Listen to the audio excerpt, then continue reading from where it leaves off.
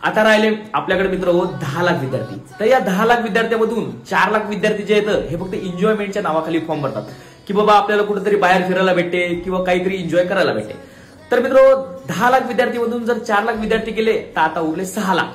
तर या मित्र 6 लाख विद्यार्थ्यांमधून 4 लाख विद्यार्थी जे आहेत हे पोलीस भरतीमध्ये उतरले तर असतात, पण यांच्या ग्राउंडमध्ये आणि अभ्यासामध्ये कंटिन्यू नसल्यामुळे हे ग्राउंडला कटून जातात आणि ग्राउंडमध्ये पात्र जरी झाले तर त्यांच्या अभ्यासामध्ये कंटिन्यू नसल्यामुळे हे पेपरला कटून जातात। तर आता राहिले मित्र 2 लाख विद्यार्थी। तर या 2 लाख विद्यार्थ्यांपैकी 50,000 विद्यार्थी जे आहेत हाईट मध्ये कटून जातात। आता राहिले आपल्याकडे खरे 1.5 लाख विद्यार्थी। हे 1.5 लाख विद्यार्थी जे आहेत यांचा अभ्यास बी चांगला आहे आणि ग्राउंड बी चांगला आहे, पण या 1.5 लाख विद्यार्थी जे आहेत याला जर आपल्या महाराष्ट्राच्या टोटल जागा जर 15,000 भागीला गेला तर उत्तर 10 येते।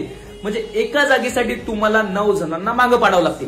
पण हे 9 जण कसे आहेत, यांचा अभ्यास बी चांगला आहे आणि ग्राउंड बी चांगलं आहे, पण याच्यामध्ये लागणार कोण आहे, ज्याचं ग्राउंड ज्यांना थोडंफार बाकीच्या पेक्षा वेगळं केलेलं आहे किंवा अभ्यासामध्ये काहीतरी टेक्निक वापरलेले आहेत किंवा त्याचं थोडंफार लक्ष सुद्धा चांगलं आहे, तेच मुलं लागणार आहेत, बरोबर आहे।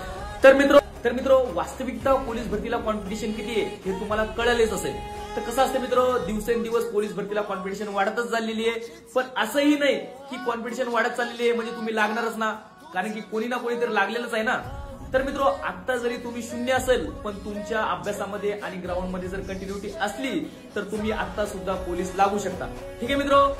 तर एक लक्षात ठेवा, आजपासून एकही दिवस वाया न घालता चांगला अभ्यास करा, चांगला ग्राउंड करा आणि अशीच नवनवीन माहिती आणि आपण जर तुम्हाला खरोखर जर मोटिवेट करत असेल तर आपल्या इन्स्टा आयडीला नक्की फॉलो करा। हॅपी की टू सक्सेस।